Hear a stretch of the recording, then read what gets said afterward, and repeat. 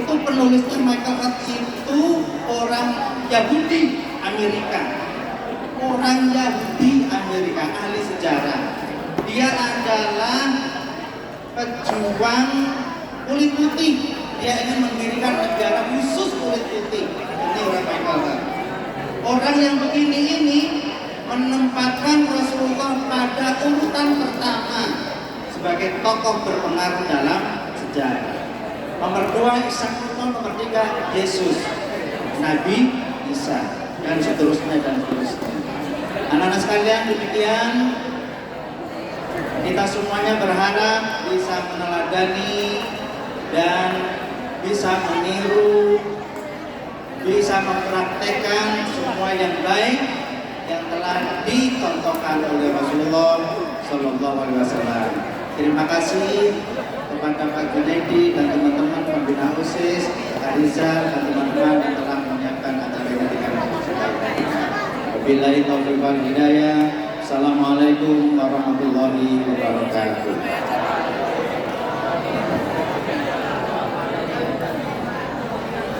Baik, terima kasih kepada Bapak Hasan Basri.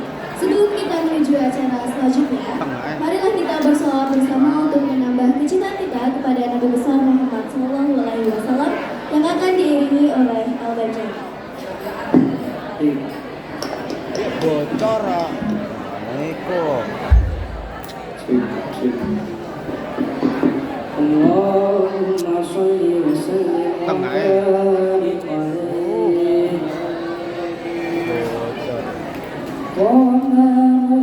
Kembang di tengah itu.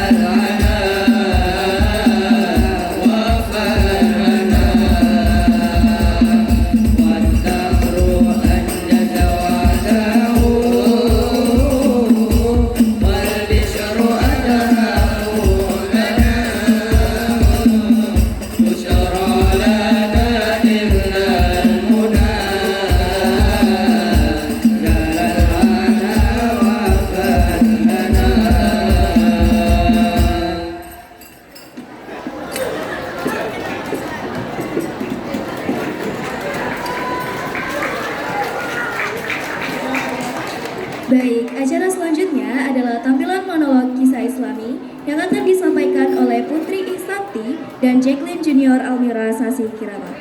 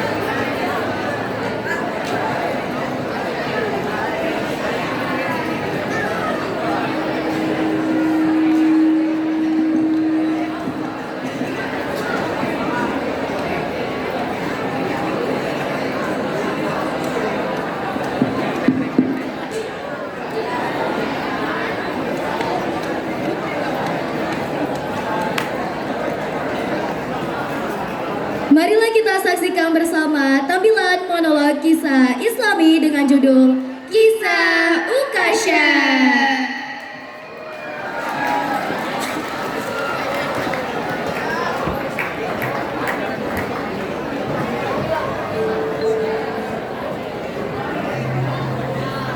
Assalamualaikum warahmatullahi wabarakatuh.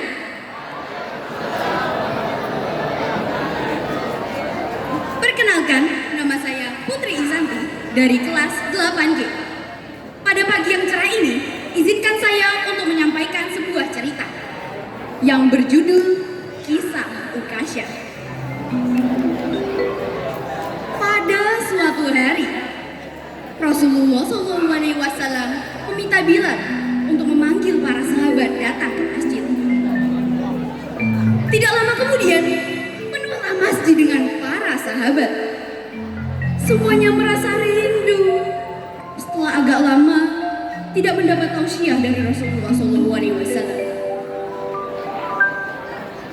Beliau duduk lemah di atas mimbar. Wajahnya terlihat pucat, menahan sakit yang tengah dideritanya. Kemudian Rasulullah bersabda, "Wahai saudara-saudaraku, aku ingin bertanya kepada kalian semua. Apakah telah aku sampaikan bahwa sesungguhnya Allah Subhanahu wa Ta'ala adalah satu-satunya Tuhan yang layak disembah?" Kemudian para sahabat menjawab dengan suara bersemangat, "Benar wahai Rasulullah, engkau telah sampaikan kepada kami bahwa sesungguhnya Allah Subhanahu wa Ta'ala adalah satu-satunya Tuhan yang layak disembah." Kemudian Rasulullah bersabda, "Persaksikanlah ya Allah, sesungguhnya telah aku sampaikan amanah ini kepada mereka." Kemudian Rasulullah SAW bersabda lagi, dan setiap apa yang Rasulullah SAW sabdakan selalu dibenarkan oleh para sahabat. Akhirnya sampailah pada satu pertanyaan yang membuat para sahabat sedih dan terharu. Kemudian Rasulullah bersabda, "Sesungguhnya aku akan pergi menemui Allah. Dan sebelum aku pergi, aku ingin bertanya kepada kalian semua. Adakah aku berhutang kepada kalian? Aku ingin segera menyelesaikan hutang-hutang tersebut. Karena aku tidak mau bertemu dengan Allah dalam keadaan berhutang dengan manusia." Ketika itu, semua sahabat terdiam. Dan dalam hati masing-masing berkata, "Mana ada Rasulullah SAW berhutang dengan kita? Kamilah yang banyak berhutang dengan Rasulullah." Rasulullah mengulangi pertanyaan itu sebanyak 3 kali. Di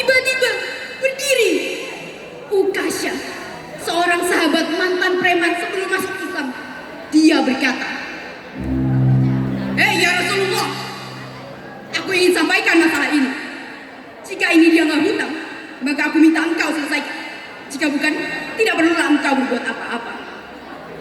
Kemudian Rasulullah menjawab, "Kalau begitu, sampaikanlah, wahai Ukasyah." Dan disinilah Ukasyah mulai bercerita. "Aku masih ingat ketika perang Uhud. Suatu ketika engkau menunggangi kuda. Lalu engkau bubuhkan cambuk itu ke belakang kuda. Namun cambuk itu tidak terkena pada belakang kuda, namun malah terkena pada dadaku. Karena ketika itu aku berdiri tepat di belakang kuda yang engkau tunggangi, wahai Rasulullah." Mendengar itu, Rasulullah menjawab, "Sesungguhnya itu adalah hutang, wahai Ukasyah. Kalau dulu aku pukul engkau, maka hari ini aku akan terima hal yang sama." Dengan suara yang agak tinggi, Ukasyah berkata, "Kalau begitu, aku ingin segera melakukannya, wahai Rasulullah." Ukasyah seakan-akan tidak merasa bersalah mengatakan demikian. Sedang beberapa sahabat berteriak marah kepada Ukasyah. "Hei Ukasyah, sungguh engkau tidak berperasaan.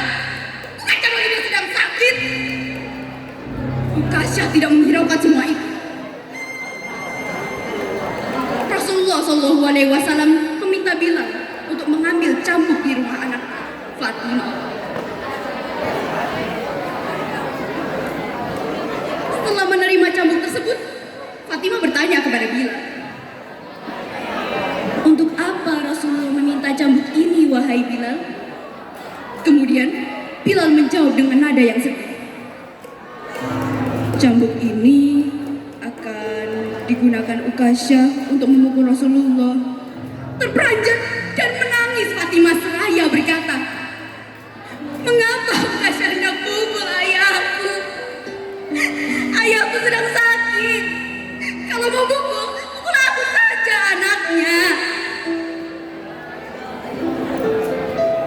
Kemudian Bilal menjawab, "Sesungguhnya itu adalah urusan antara mereka berdua." Bilal membawa cambuk tersebut ke masjid, lalu diberikan kepada Ukasyah. Setelah menerima cambuk tersebut, Ukasyah menuju ke hadapan Rasulullah. Tiba-tiba berdiri Abu Bakar As-Siddiq. Dia berdiri menghalangi Ukasyah sambil berkata, "Hei Ukasyah, pukul aku saja. Aku orang pertama yang beriman dengan apa yang Rasulullah SAW sabdakan. Akulah sahabat yang dikala suka dan duka. Kalau kau berani memukulnya, maka pukullah aku." Kemudian Rasulullah menjawab, "Wahai Abu Bakar, duduklah. Ini urusan antara aku dengan Ukasyah." Ukasyah terus menuju ke hadapan Rasulullah. Tiba-tiba berdiri Umar bin Khattab. Ia berdiri menghalangi Ukasyah sambil berkata, "Hei Ukasyah, pukul aku saja. Dulu aku memang tidak suka mendengar nama Muhammad. Bahkan aku pernah berniat untuk menyakitinya. Tapi itu dulu. Sekarang tidak ada seorang pun yang boleh menyakiti Rasulullah Muhammad. Kalau engkau berani menyakitinya, maka langkahi dulu mayatku." Kemudian Rasulullah menjawab, "Wahai Umar, duduklah. Ini urusan antara aku dengan Ukasyah." Ukasyah semakin dekat dengan Rasulullah. Tiba-tiba, tanpa disangka, bangkitlah kedua cucu kesayangan Rasulullah, yaitu Hasan dan Husain. Mereka berdua memegangi tangan Ukasyah sambil memohon, "Paman, pukullah kami saja, wahai paman. Kakek kami sedang sakit. Pukullah kami saja, wahai paman. Sesungguhnya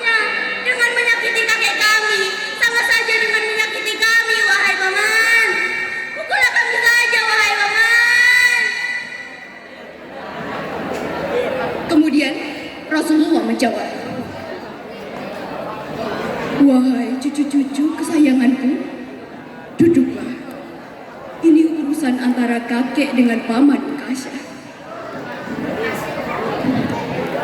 Sampai di tangga mimbar, Ukasha dengan lantang berkata, "Ya Rasulullah, bagaimana aku bisa memukulmu? Engkau di atas, jangan aku. Aku di bawah. Kalau engkau mau aku pukul, maka turunlah ke bawah sini." Rasulullah memang manusia yang terbaik. Kekasih Allah itu meminta beberapa sahabatnya untuk memapahnya ke bawah, lalu didudukkan pada sebuah kursi. Kemudian dengan lantang Ukasha berkata lagi, "Dulu saat engkau memukulku, aku tidak memakai baju ya Rasulullah." Para sahabat sangat geram mendengar perkataan Ukasha. Namun tanpa berlama-lama, dalam keadaan lemah, Rasulullah segera membuka bajunya. Dan terlihatlah tubuh Rasulullah yang sangat indah.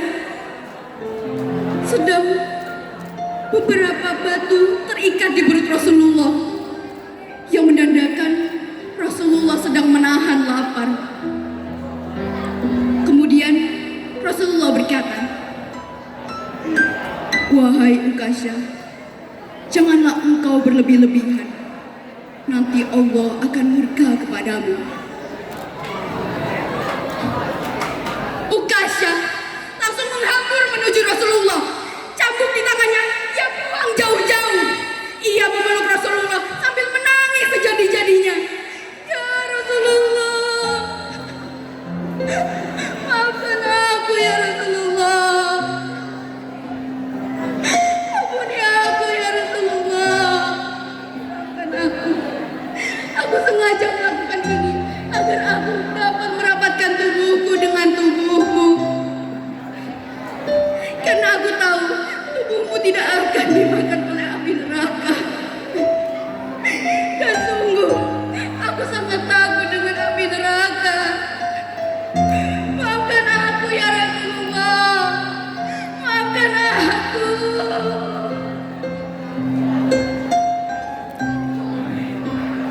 Melihat Ukasha, Rasulullah tersenyum dan dia berkata kepada para sahabat,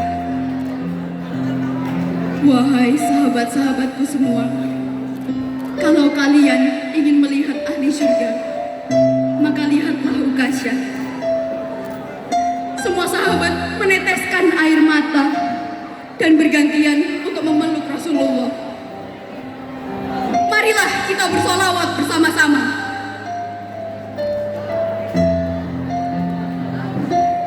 Ya Nabi, salam alaika. Ya Rasul, salam alaika. Ya Habib, salam alaika. Salawatullah alaika. Marilah. Ya Nabi, salam alaika. Ya Rasul, salam alaika. Ya Habib, salam alaika. Salawatullah alaika. Baiklah, itulah yang dapat saya ceritakan. Semoga kita dapat meneladani dari sifat Ukasha, dan semoga kita dapat bersama-sama mendapat syafaat dari Rasulullah Muhammad. Baiklah, itulah yang dapat saya sampaikan. Wassalamualaikum warahmatullahi wabarakatuh.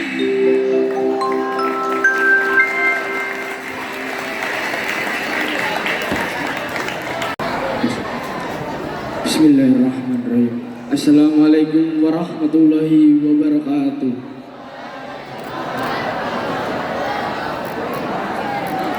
Alhamdulillah, Alhamdulillah alladzi arsala rasulahu bil huda wa dinil haq liyudhhirahu 'ala dini kullihi wa kafa billahi syahida.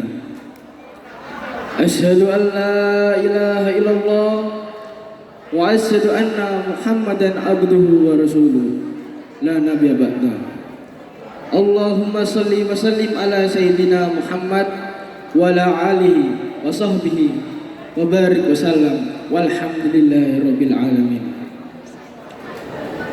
Yang saya hormati kepada Bapak Sodik sebagai Kepala Sekolah SMP Negeri 1 Banyuwangi, yang saya hormati seluruh Bapak Ibu Dewan Guru serta teman-teman saya sekalian yang saya cintai dan yang saya banggakan.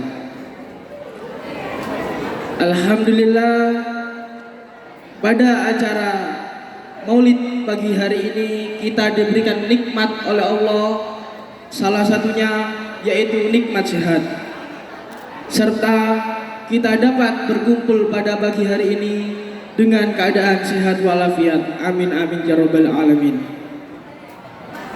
Para jemaah yang dirahmati Allah, tidak asing lagi pada bulan yang mulia ini, tepatnya pada bulan Rabiul Awal, seringkali kita mendengar bahwa umat muslim mengatakan kata maulid, milad, maulud, dan mulud. Pada kali ini, sebelum saya menjelaskan isi dari maulid, sebelum saya menjelaskan tentang Nabi, saya akan menjelaskan 4 istilah tersebut. Para jamaah yang dirahmati Allah, yang pertama yakni ada kata maulid. Kata maulid di sini ketika ditarik dalam kaidah nahwu shorof, kata maulid ini terambil dari akar kata walada yalidu, bermakna melahirkan. Kata maulid ini bersigot isim jamak makan yang bermakna wiladah, kelahiran. Kelahiran di sini bukan hanya sebatas kelahiran saja, tetapi mencakup antara 2 hal, yakni tempat dan waktu kelahiran dari seseorang. Kemudian yang kedua ada kata maulud. Kata maulud ini sama dengan kata maulid, sama-sama terambil dari akar kata walada yalidu. Tetapi kata maulud di sini ia bersigot isim maf'ul, bermakna yang dilahirkan. Yang ketiga itu ada kata milad.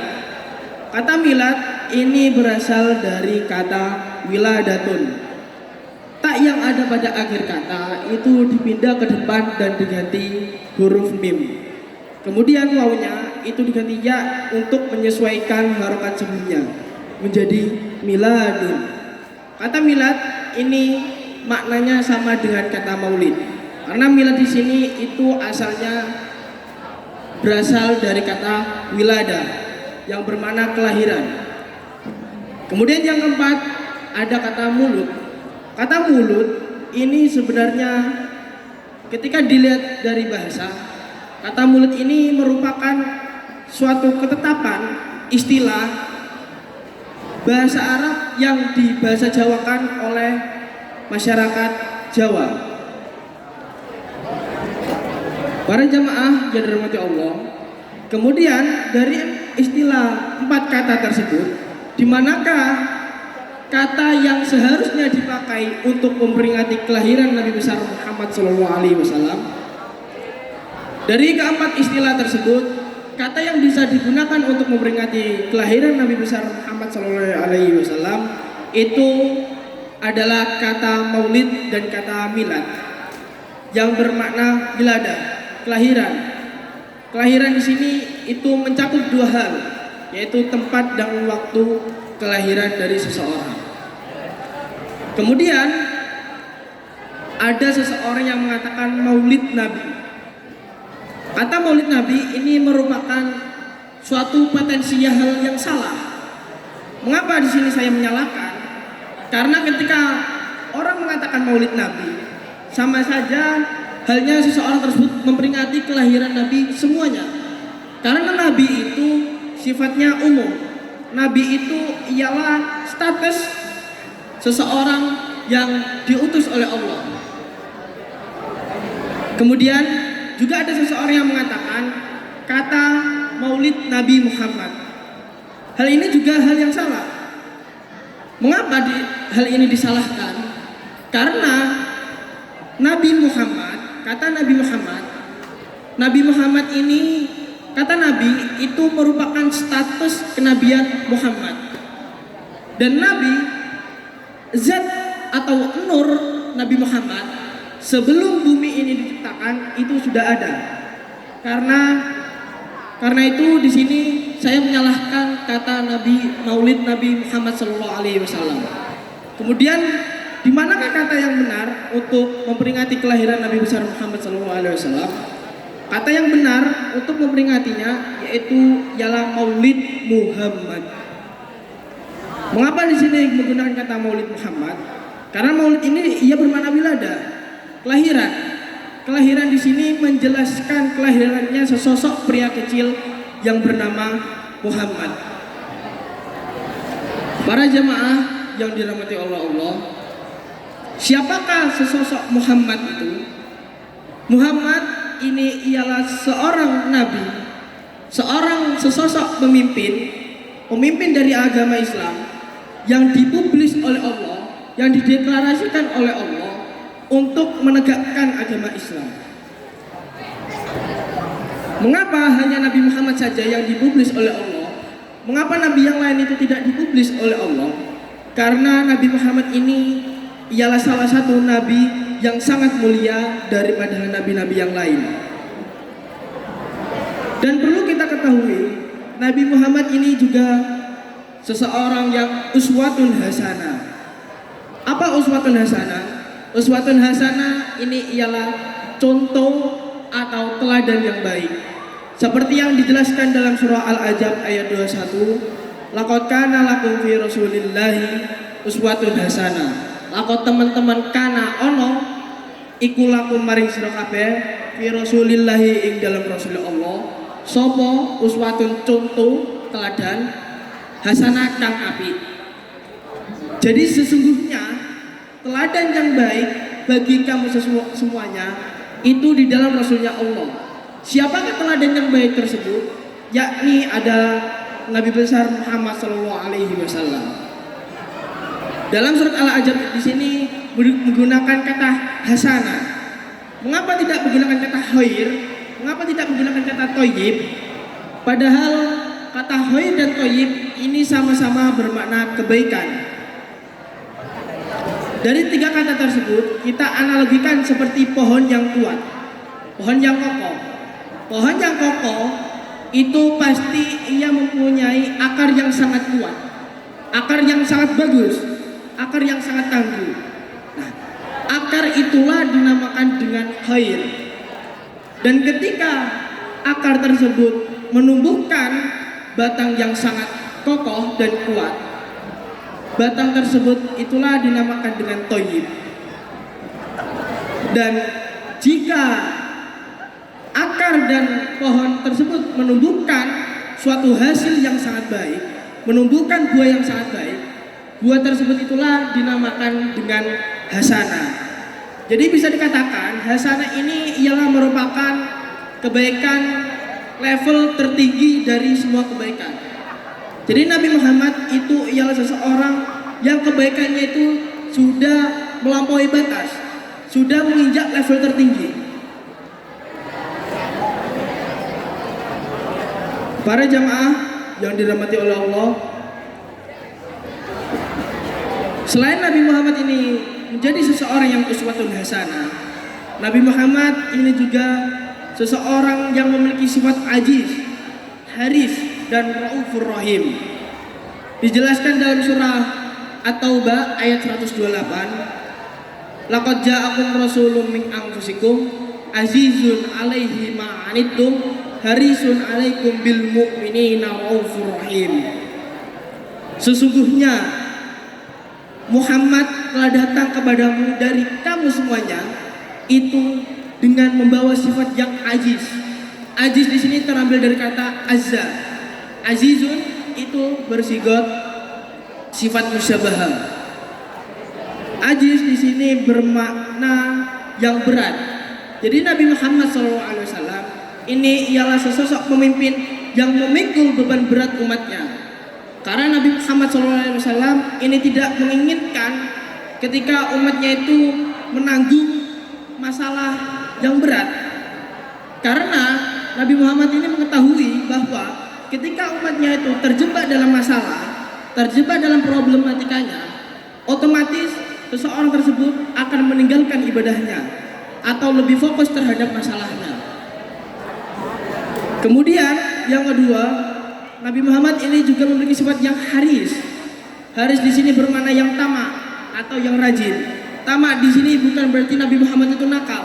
Bukan berarti Nabi Muhammad ini melakukan suatu hal yang sesat. Tetapi tamak di sini bisa kita maknai sesuatu hal yang berlebihan. Jadi Nabi Muhammad itu mempunyai keinginan lebih terhadap umatnya agar umatnya ini menjadi seseorang yang tuflihun, seseorang yang beruntung di sisi Allah. Pada saat bulan Ramadan, dulu Nabi Muhammad merenung di Gua Hira bahwa Nabi Muhammad itu khawatir akan umatnya itu kejerumus ke dalam keyakinan yang syirik. Jadi selain Nabi Muhammad ini memikul beban berat dari umatnya, Nabi Muhammad ini juga seseorang yang mengkhawatirkan terhadap umatnya, seseorang yang memperdulikan terhadap umatnya. Kemudian yang ketiga, Nabi Muhammad ini juga memiliki sifat Raufur Rahim, yaitu Maha Belas Kasih dan Maha Penyayang. Jadi selain Nabi Muhammad itu memikul beban berat seseorang, dan selain Nabi Muhammad itu memperdulikan terhadap seseorang, Nabi Muhammad ini juga memiliki sifat Raufur Rahim, yaitu Maha Belas Kasih dan Maha Penyayang. Di dalam ayat ini pada awal kata ada kata min anfusikum, dari diri kita semuanya. Kata di sini menunjukkan bahwa Nabi Muhammad itu juga sama-sama manusia seperti kita. Lantas mengapa kita tidak bisa menyontoh, mengikuti ajaran Nabi Muhammad SAW? Karena sudah dijelaskan dalam surah, di dalam ayat wa atiullaha war rasula la'allakum turhamun. Taatilah kepada Allah dan Rasul agar kamu semuanya diberi rahmat oleh Allah Subhanahu wa taala. Para jamaah yang dirahmati Allah, seringkali juga kita mendengar 4 sifat dari Nabi. Sifat 4 ini merupakan sifat yang sangat mulia, sifat yang melebihi dari nabi-nabi yang lain. Sifat tersebut yakni adalah, yang pertama itu ada fatona, yang kedua amanah, yang ketiga itu siddiq, yang keempat yaitu adalah tabligh.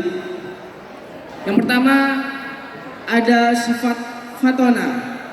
Nabi Muhammad ini ialah salah satu seseorang yang memiliki sifat fatona.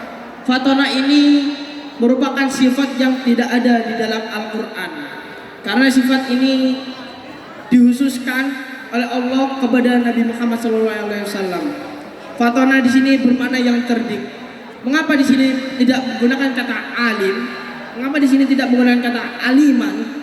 Karena Nabi Muhammad ini nabi yang sudah melebihi dari kepintaran orang-orang yang lain. Jadi fatona ini termasuk salah satu level tertinggi dari kepintaran seseorang. Kemudian yang kedua, Nabi Muhammad ini juga mempunyai sifat amanah. Amanah di sini bisa kita maknai dengan bertanggung jawab. Jadi Nabi Muhammad itu juga salah satu seseorang yang amanah, seseorang yang melakukan pekerjaannya sesuai dengan ucapannya. Karena itu Nabi Muhammad di sini dijuluki seseorang yang al-amin. Kemudian yang ketiga di sini Nabi Muhammad mempunyai sifat sidik, yaitu yang benar. Nabi Muhammad selain mempunyai sifat fatona dan amanah, Nabi Muhammad ini juga seseorang yang jujur. Kemudian yang keempat atau yang terakhir, Nabi Muhammad ini juga memiliki sifat yang tablik. Tablik di sini kita bisa maknai seseorang yang memiliki public speaking yang sangat bagus. Jadi Nabi Muhammad saat berdakwah itu tidak hanya masuk ke dalam telinganya saja, tetapi masuk ke dalam hatinya juga. Jadi mungkin itu sedikit yang bisa dapat saya sampaikan dari penjelasan Nabi Muhammad SAW.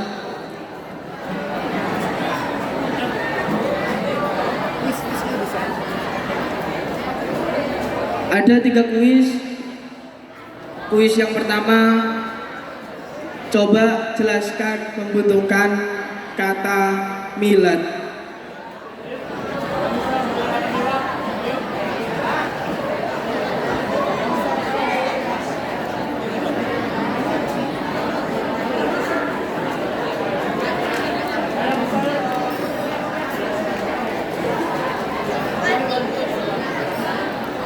Jelaskan pembentukan kata milad.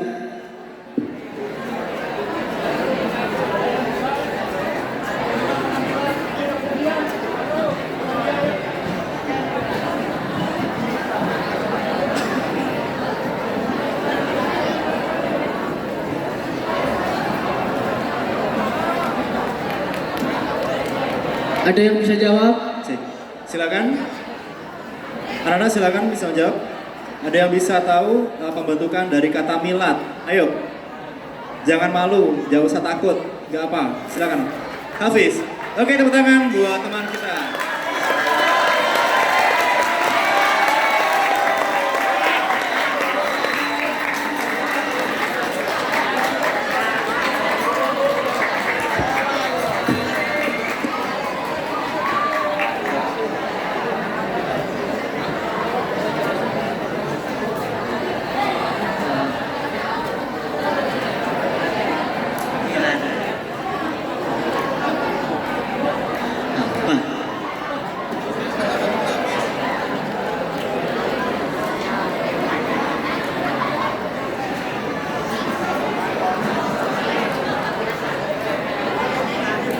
Mungkin kesulitan, coba apa makna dari kata milad dan apa asal dari kata milad?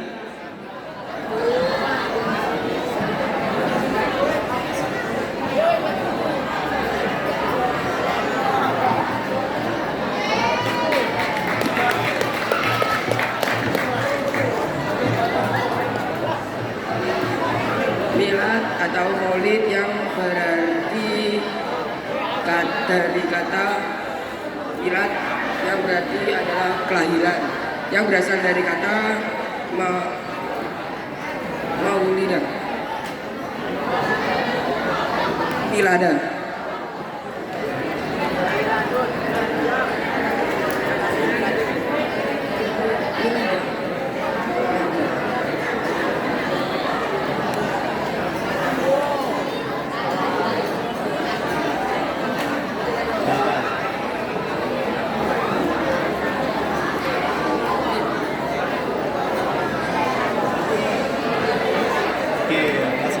Bisa diberi keringan aja ya, karena kamu masih baru belajar ya, kita anggap sudah benar, sudah dua-duanya ya, karena sudah berani untuk maju ke depan gitu ya.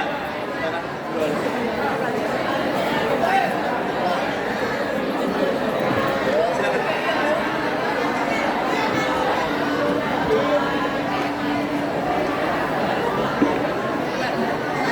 Oke, kita beri apresiasi buat teman kalian yang sudah berani untuk unjuk gigi ke depan. Oke, bisa kembali ke tempat. Oke, berikutnya ada kuis lagi, satu lagi. Silakan disebutkan pertanyaannya, Mas Kinan. Coba sebutkan 4 sifat Nabi yang mulia atau 4 sifat Nabi yang sering kita dengar. Ayo, siapa yang bisa? Dari cewek. Nah, siswa putri silakan maju. Silakan maju ke sini. Ya, lewat samping. Bisa lewat samping, Mbak. Ya, silakan maju.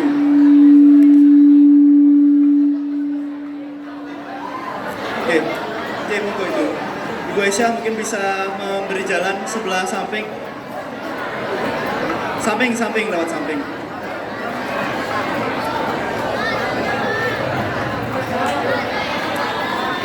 Ayo berjalan ke ceweknya.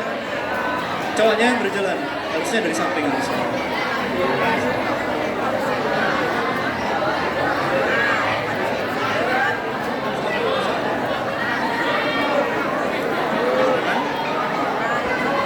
Sebutkan nama dan kelas.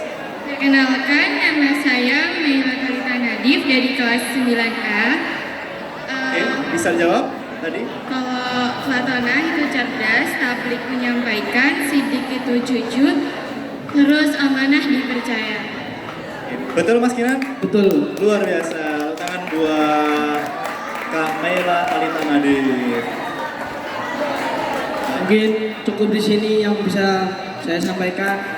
A'udzubillahi minasyaitonirrajim. Bismillahirrahmanirrahim. Rabbana la tu'akhidna in nasina aw ata'na. Rabbana wa la tahmil alaina isran kama hamaltahu 'alal ladzina min qablina.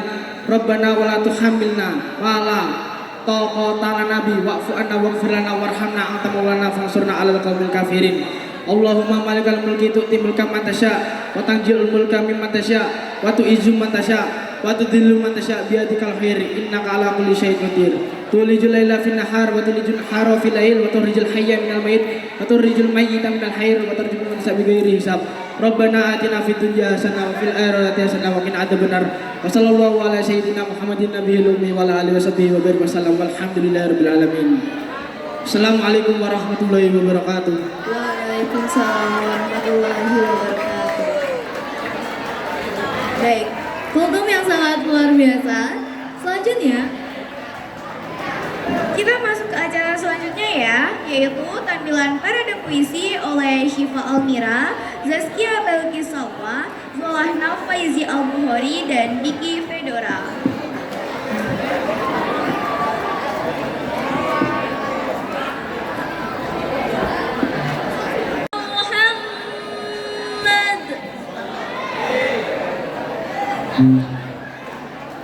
Kala itu semesta bersuka.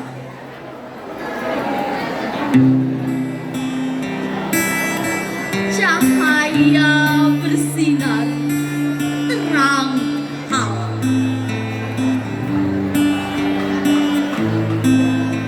Sambut kelahiranmu, wahai sang pilihan, sang pembawa risal.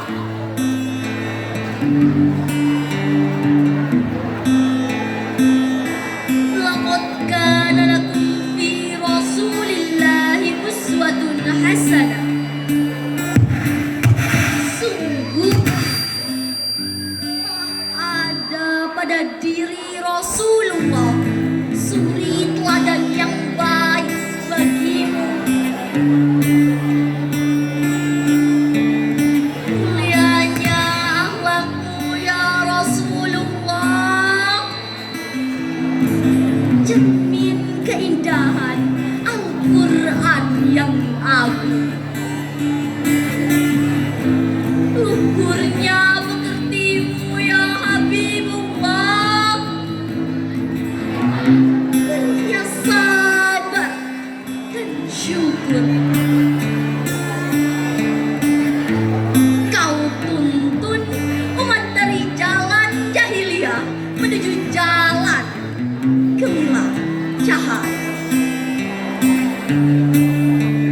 Jujur dan santun berucap, lemah lembutmu bersikap, begitu amanah dan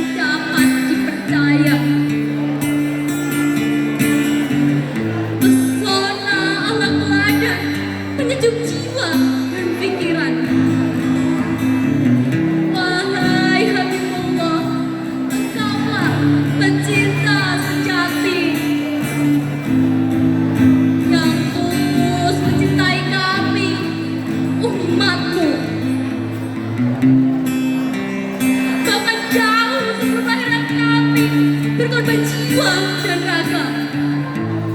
Hingga di penghujung nyawa begitu bimbang